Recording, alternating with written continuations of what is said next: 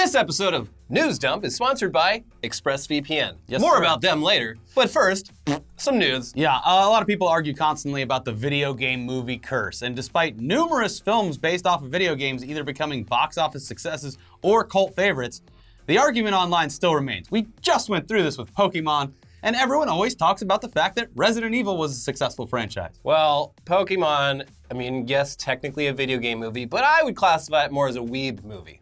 Sure. Anyways, you're all aware by now, and I still have no shame in saying that I absolutely loved the Super Mario Bros. Movie from the early 90s, and I still do to this day. It's absurdly ambitious, absolutely ridiculous, and the fact that it was released in the 90s, and I'm saying that, it really says something about the film. It's Blade Runner for kids. That's all it is. Basically, you're not wrong about that. But there was one movie that I was so unbelievably hyped for prior to its release that I couldn't even contain myself. And this is a movie that completely lived up to my young expectations. That was Mortal Kombat. The music, the characters, the fights, everything was perfect for little 11-year-old me. The first Mortal Kombat movie took its subject matter as seriously as it deserved to be taken. And we got that amazing soundtrack as a bonus. A song that you still hear in the clubs every night, to this day. Yeah, People go wild for it. they do. Now, whether the original Mortal Kombat movie holds up these days is a matter of personal preference, and also whether you were alive at the time. Yeah, exactly. Obviously, if you were a huge Mortal Kombat fan when the game was originally released and then you got to see the live-action movie version on the big screen, you look back on it with rose-colored glasses. Those were simpler, better times. If you were born a bit too early or a bit too late and watch it now, it would be at best considered a so bad it's good action film. The second one very much fits that category for me. We don't talk about the second one. I loved the second one. It had so many great lines. Yeah. Still though, the video game franchise itself, Mortal Kombat, continues to grow consistently throughout the years and is still, to this day, one of the biggest fighting game franchises that exists. And still manages to top itself in terms of its violent reputation. Absolutely. Every single time. Impressive. Impressive. And now, 3 generations of Mortal Kombat fans are gonna get to see a brand new live-action version of this universe on the big screen. And with the latest news about the film, it looks like it has the potential to be everything that the fans could hope for. Yeah, you always gotta say potential because regardless of the hype, it could be a bad movie. But so far, everything looking okay. First up, we already know that the film's being produced by James Wan. That's cool. But before we get into the obvious big news, here's some exceptional casting news from the production because the film has announced its first actor playing the first character that's announced in the film, Sub-Zero. And Sub-Zero will be played by martial arts actor Joe Taslim, whose previous films include Fast and Furious 6, Star Trek Beyond, and The Raid: Redemption. Taslim is the first actor to sign on to the film, and it's supposed to start filming later this year, so you can obviously expect far more casting announcements to be made in the coming weeks. Possibly even some news during Comic-Con, despite Warner Brothers' absence from the convention, because this would just line up perfectly. Yeah. Can you imagine? The lights go out, you hear the soundtrack, Johnny Cage comes out, Yeah. signs autographs, and throws them into the crowd. Sub-Zero freezes him and rips his spine out, just right in front of everyone. A man dies on stage, and I clap. Everyone clapped. Hall H, the new reputation. You have to kill someone next year in order to top it. But the real juice news is that it's been officially confirmed that this upcoming Mortal Kombat film will be far more in line with the video game franchise's over-the-top gore, because it's going to be rated R, baby! Woo! In a tweet from Greg Russo, who wrote the screenplay for the film. And is not related to the Russo brothers, I don't think. It's definitely not one of the two. Good to know. Mr. Russo, no relation, states that not only will they be embracing the R rating, but that for the first time ever, fatalities will finally be on the big screen. Yeah. He adds that, no, I'm not going to say which ones. You'll have to wait for the movie and see. It'll probably be spoiled in a trailer, though. You've got like 30 years of fatalities to draw from here. I know, but it is fair to say that the original film didn't shy away from death, but it didn't involve any of the actual fatalities from the game itself, the things that made it famous. But since he's confirmed the whole hard R fatalities as marketing for this movie, they'll probably include some pretty gruesome stuff considering that they have about 3 decades worth of material to pull from. Yeah. And since he won't indicate which ones that we'll see yet, and only one character's been announced, do you think that they'll show more of the classic characters' finishing moves or pull some of the extremely creative new ones that they've debuted in recent years? The newer ones are a lot. They're a lot to take in. They're like 2 minutes long.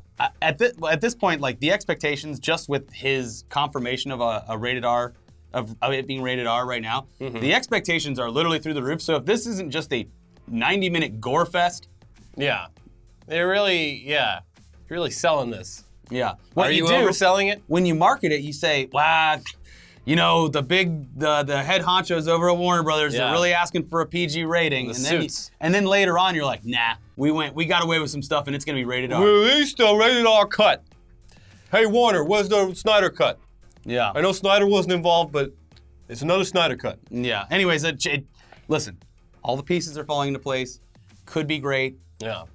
But I'd even like to see this in 3D. I hate 3D. Oh, but I would see this I'd see it in 4DX. Absolutely. 100% 4DX. Like every time blood happens, it sprays you with water. Yeah, I'll wear a poncho. I don't care. Scorpion shoots this thing right through the screen. Yeah. Oh my God. I mean, that would have been great back in the 90s. I mean, 3D was a thing before that, but it wasn't. It was bad. Widely adopted. Modern 3D was made for this moment. So seize it. We're very excited for it. Yeah, suffice to say. Now, moving on to the other biggest movie news of the week, how torn critics seem to be on the new live-action Lion King movie.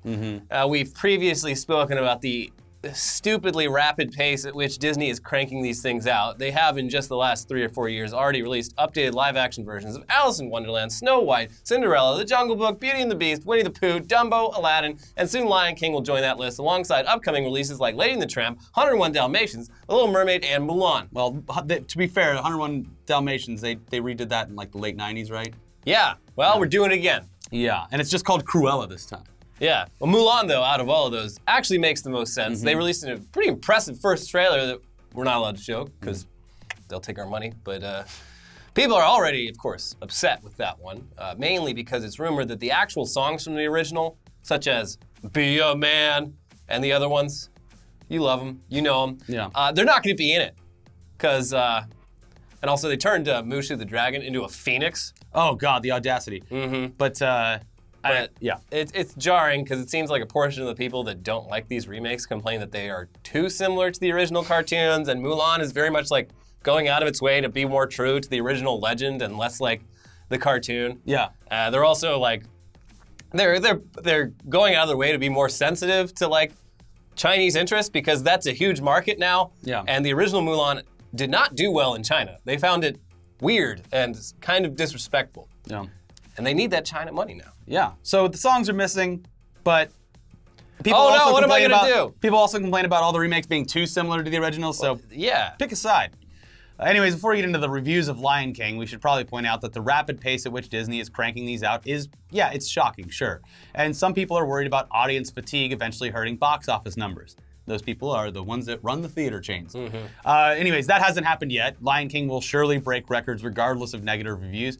But all these releases happening so quickly makes a hell of a lot of sense if you just consider the fact that Disney is on the verge of releasing its own exclusive paid streaming platform, Disney Plus, later this year. The service, it's already going to be widely adopted because of their new shows, the ones that they're launching, like the Star Wars Universe ones. Also, their massive, extensive backlog of movies. The price is right. But having all of these new remakes premiere on that platform right next to the classic versions, it's obviously a smart move for them to make, whether any of us like it or not. Whether you like it or not. It's because you can watch this one and then watch the better one. Yeah. Yeah. So, the reviews for The Lion King. Yeah. Basically, we can sum up these reviews the same way most of the reviews have been for the other films. It's an almost exact copy of the original with updated graphics. It's a re-release of a video game. All right. Although people seem to have much fonder memories of the original Lion King, so the critics who are angry at this one, they seem especially angry, mostly because the animals in this one apparently have very limited visual emotions as a trade-off for realism, which makes sense. It's like the first line item that should have been addressed when they were planning. Well, and I know you'll see it better on the big screen, but it's like the clip that you reposted, where it's like, you don't even know who's talking. Yeah, it's all wide and medium shots. I'm sure on a big old IMAX screen, it's easy to tell, but like watching it, I'm like, I don't even know who's talking here. Yeah, the only reason I know is because of the actors that are playing them. I know that their voices do, but I can't even see the animals moving their mouths. And I know there's gonna be a lot more than that in the movie, so sorry everyone, but here's some quotes. John Wenzel of the Denver Post, "It hangs together better than the horrid live-action Aladdin remake that came out in May, but that's not saying much. Most viewers will find this Lion King to be either eye candy or uncanny valley. There's so little in between. We did it. A.A. Dowd of the AV Club said, "It's as if every creative decision were subordinate to the film's misguided insistence on realism, on keeping the mannerisms and movements of these magically intelligent creatures believable." Bilgi Iberi of Vulture, it's a stirring reminder of what can be achieved with all the talent and money in the world, as well as a cautionary tale of what can happen when there's no vision to bind it all together. Damn. And of course, David Ehrlich of IndieWire, who said in a tweet for his review, "The Lion King is a disaster. Forget the circle of life. This is the creatively bankrupt work of a studio eating itself alive. It doesn't feel like a remake so much as a photorealistic snuff film. I truly hated this movie." Damn, dude, tell us how you really feel. Yeah. Well, in his full review, he echoed those sentiments, saying, "Jon Favreau's almost photorealistic remake of The Lion King is meant to represent the next step in Disney's circle of life. Instead, the soulless chimera of a film comes off as little more than a glorified tech demo from a greedy conglomerate, a well-rendered but creatively bankrupt self-portrait of a movie studio eating its own tail." He also added that, quote, "Most often the animation is just bland in a way that saps the characters of their personalities. Scar used to be a Shakespearean villain brimming with catty rage and closeted frustration. Now he's just a lion who sounds like Chiwetel Ejiofor. Simba used to be a sleek upstart whose regal heritage was tempered by youthful insecurity. Now he's just a lion who sounds like Donald Glover." God damn, dude. Yeah. Hell yeah. Now, there are, of course, some positive reviews from critics as well. And I have no data to back this up. But I would say that a lot of the people who enjoy these films, it's because they have children. Yeah. And it's because you can connect with your children on a level that hasn't really happened too much before in movies, where you love a movie from your childhood and a big studio remakes it in a way that is exactly the fucking same as your childhood, but updated, and you can take your kid to go see it. I keep trying to get my kids to watch the '94 Lion King, and they're like, "Dad, fuck you, this looks like shit." This looks like shit, Dad. Ugh, disgusting. What is this? Yeah. Why is it in 3D? They actually did re-release it in 3D in like 2000 Well, you know what something. I mean, in CG or whatever like that. The musical's great. I can't connect with You these should see the characters. They have too much. They have too many emotions. Kids these days don't have any emotions. Yeah. They're all just sad. Yeah. Anyways, there's some positive reviews, and it's literally just mostly saying about how this is an almost shot-for-shot attempt at recreating the magic of the original, and how it's fine because it reminds people of how good the animated version was. Still, the current 60% Rotten Tomatoes score is certainly not the rating that Disney was hoping for, I'm sure. But in the end, that won't matter because people who love the original will have something familiar to take their kids to go see. Yeah. And it's in the AC. Summertime, kids are at home, just fucking drawing on the walls, causing trouble. Take them to see a Lion King. Let's take them to the movies. What's playing? Bunch of filth, bunch of smut, and the Lion King. Yeah. So we're gonna see that. Yeah. Anyways, we have no doubt that this will make a fuck ton of money and keep proving everyone wrong and proving Disney right. Doubly so because you could imagine that a lot of people will go home and rent the original because either they want to show the same kids a better film that they can enjoy, or they just want to wash the memory of what they've just seen off of their brains and feel the comfort that only the original could provide. And it is not available on Netflix like other Disney properties. You gotta rent this shit. They got us. Yeah. Before we get into the rest of the news from this week, it's time for a word from this week's sponsor, ExpressVPN. If you believe that you're not being snooped on or that nobody cares about your online data, well, then I'm sorry to disappoint you, buddy, but you're dead wrong. But because you watch this show, you're clearly smart enough to understand that your privacy is under attack. Hackers, governments, ad companies, and ISPs are just gobbling up that data, all of it. Luckily, though, ExpressVPN is here to protect your online activity through powerful encryption that secures your data. ExpressVPN runs in the background of your computer or phone, and then you use the internet like you normally would. You download the app, click to connect, and voila, you're protected. ExpressVPN is fast as hell, it costs less than $7 a month, and it comes with a 30-day money-back guarantee. ExpressVPN uses new cutting-edge technology called Trusted Server to make sure there's no logs of what you do online. It's time to stop hackers, Big Brother, and internet companies from grabbing all your data. Take back your online privacy with ExpressVPN. Protect your online activity today and find out how you can get 3 months free at expressvpn.com/newsdump.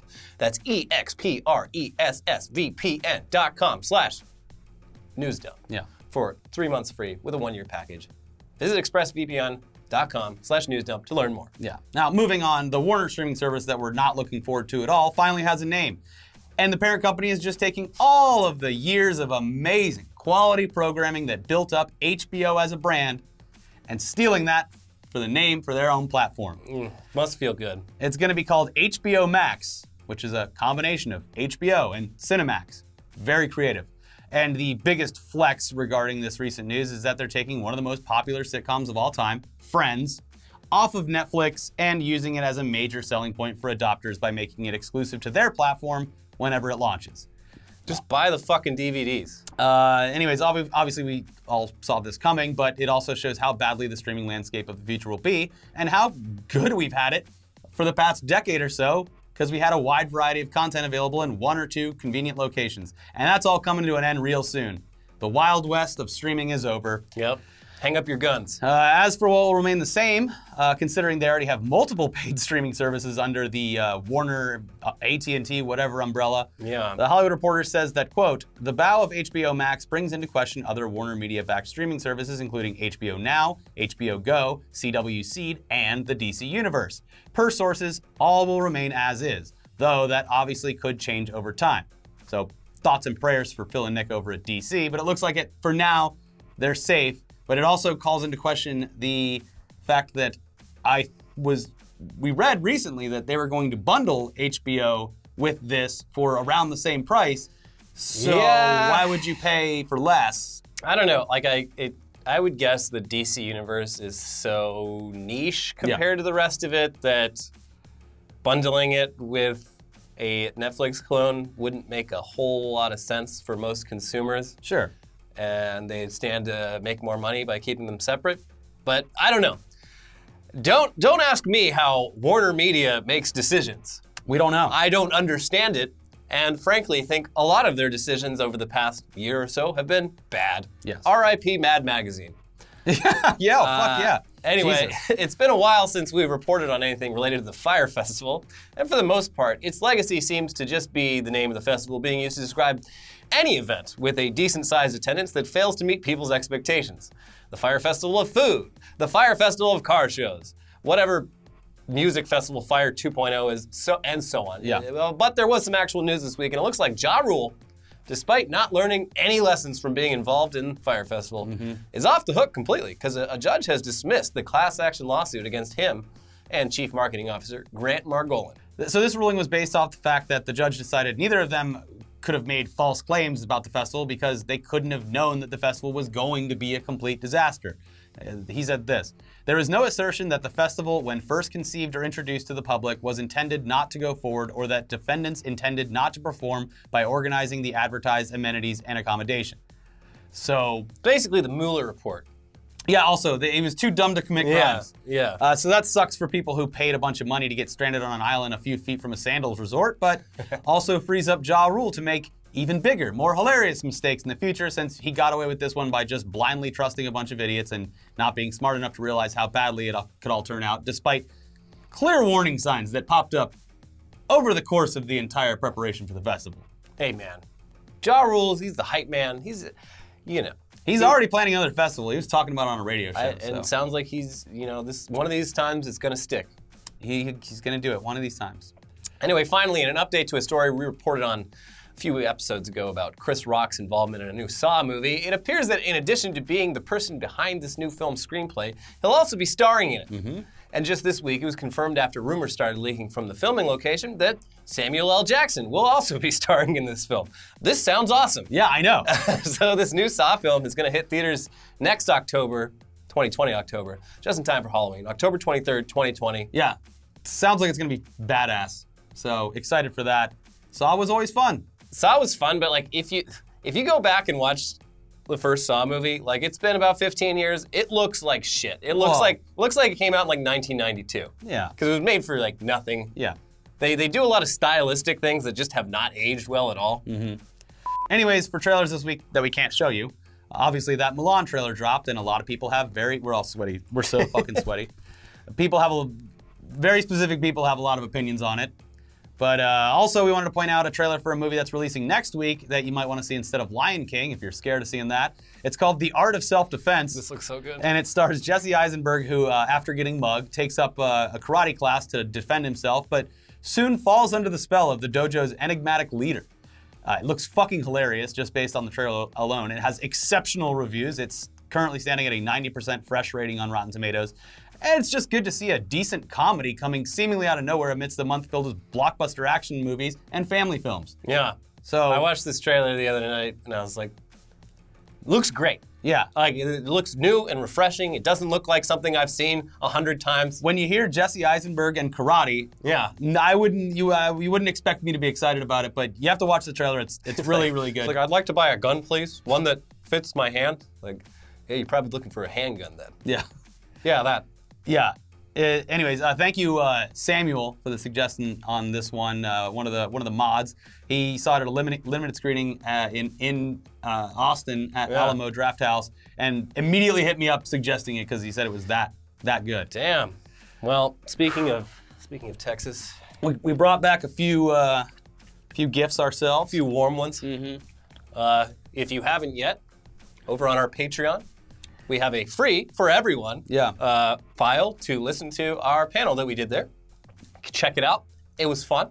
And for our members here on YouTube and on Patreon, we have a podcast that we recorded over by the pool on our last day in Austin. And we talked to such guests as Cow Chops, Immortal HD, and so on. Be sure to check it out. Yeah, if you sign up on the Patreon or become a YouTube member, you get access to all of the podcasts. There's even an RSS feed over on Patreon, so you don't miss any. So check those out. Thank you for your continued support, and check out our sponsors if you're interested in anything that we've told you about. Stay tuned for a new episode of Weekly Weird News because it's going to be a doozy, and it comes out very soon. Yeah. So we'll talk to you next time. Stay cool.